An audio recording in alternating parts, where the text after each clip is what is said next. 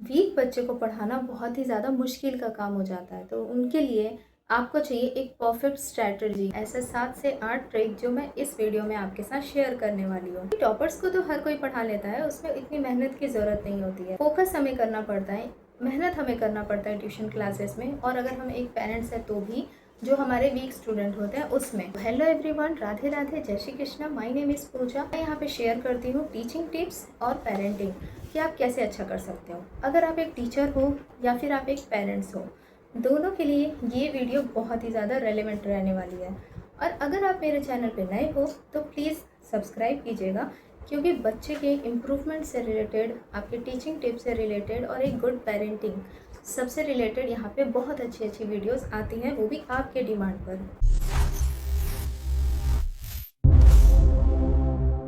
पहली ट्रिक ये होने वाली है कि आपको फोकस करना है बच्चे के कॉन्फिडेंस पे।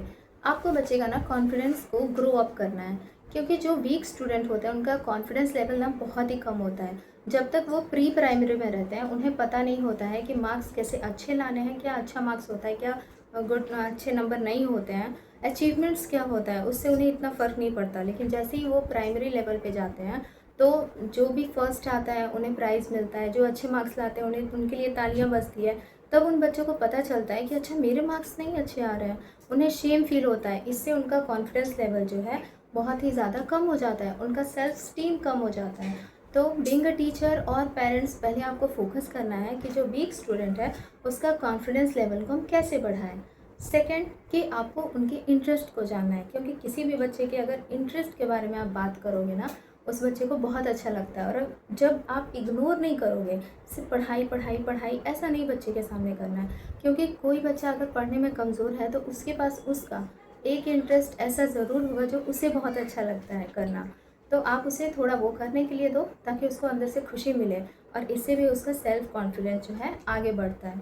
थर्ड चीज़ आपकी होने वाली है कि आप बच्चों पे फोकस करो कि आखिर वो बच्चा किस तरीके से समझाने से समझता है। आपको सिर्फ बुक्स से पढ़ाना नहीं है या फिर ऐसे रीड करके समझाना नहीं है। आप उसका विजुअलाइजेशन जो टेक्निक होता है वो यूज़ कर सकते हो। आप पिक्चर दिखा के समझा सकते हो, जैसे कि मैथ्स प्रॉब्लम हो गया, आप ग्राफ करके, चार्ट करके, पाई चार्ट बना के ऐसे आप सिखा सकते हो, बच्चा अच्छे से सीखता है। जैसे ग्रामर हो गया, तो आप उसको एवरीडे लाइफ का जो एग्जाम्पल होता है वो लेके वैसे सिखा सकते हो। कॉम्प्लेक्स चीज़ें को सिंपल तरीके से बनाना है। अब आपको ना कुछ भी आप समझा रहे हो बच्चों को, टीचर रह के नहीं सोचना है, एक स्टूडेंट रह के सोचना है कि अगर हम जब उस टाइम स्टूडेंट थे तो हमें क्या क्या प्रॉब्लम फेस करनी पड़ती थी, और वो सारे प्रॉब्लम्स को जब आप सॉल्व करोगे ना तो वो वीक स्टूडेंट ज़्यादा अच्छे से काम कर पाएगा। जैसे कि मैं अपनी ही चीज़ एक बताती हूँ कि जब मैं 9th क्लास में थी, हमारे मैथ्स के जो टीचर थे ना, उनका मतलब बहुत ख़तरनाक थे। वो बहुत ऐसे पढ़ाते थे कि आ गया समझ में तो ठीक है, नहीं आया तो कूटना चालू, तो कोई बोलता ही नहीं था उतना। तो इससे क्या होता था, टॉपर्स तो बहुत अच्छा करते थे, लेकिन जो वीक स्टूडेंट मैथ में है, जैसे 8th क्लास तक मैथ बहुत अच्छा लगता था, लेकिन उनके डर की वजह से मैंने ट्रिग्नोमेट्री कभी पढ़ा ही नहीं, मतलब उनसे पूछा ही नहीं अपना डाउट। जो भी उसके सॉल्यूशन थे वो किसी से कर लेती थी या फिर गाइड बुक से कर लेती थी, और मैंने उनसे पूछा ही नहीं कभी भी। तो कभी भी ना पूछने की वजह से आज भी मेरा ट्रिग्नोमेट्री क्या है, वीक ही रह गया। तो आपको ये गलती नहीं करनी है। आपको पता करना है कि एज ए स्टूडेंट अगर मैं होती तो मैं कैसा पढ़ती, कैसे मुझे समझ में आता। जो नेक्स्ट चीज़ होने वाला है वो है कि आपको उस बच्चे को छोटे छोटे गोल देना है। एक ही बार आपको नहीं बोलना है कि आज पूरे चैप्टर याद करके आ जाओ, नहीं, क्योंकि जो वीक स्टूडेंट है वो पूरा चैप्टर एक बार नहीं याद कर सकता है। तो आप उसको छोटे छोटे गोल दो। जैसे आप बोलो कि 6 क्वेश्चन है एक चैप्टर में, आप उसको बोलो कि 1 2 3 आपको याद करके आना है, और 1 2 3 अगर उसने कर लिया ना तो आपको बताया, तो ऐसा नहीं कि नेक्स्ट डे आपने सोचा वाह इसने तो 1 2 3 क्वेश्चन याद कर लिए, अब तो चलो एक काम करते हैं इस पर 6 दे देते हैं। नहीं, आपको ऐसे नहीं, एकदम से डबल नहीं कर देना है उसका होमवर्क, क्योंकि अगर उसने 3 याद किया है तो फिर से उस क्वेश्चन को आप 4 बढ़ा के कर दो, ताकि जो उसने एफर्ट लगाया है उसमें थोड़ा सा एक्स्ट्रा हो, ताकि उसको खुशी मिले। वो आपको आके बताए कि मैम मैंने याद कर लिया, तो आपको भी मज़ा आए एकदम। और वो जब आपको अच्छा लगेगा ना, आप उसके लिए क्लैप करवाओगे, तो उसको उससे भी ज़्यादा मज़ा आएगा कि हाँ कोई मेरे लिए भी क्लैप कर रहा है। इससे उस बच्चे का सेल्फ स्टीम जो है वो बढ़ता है और वो और सोचता है बेटर करने के लिए।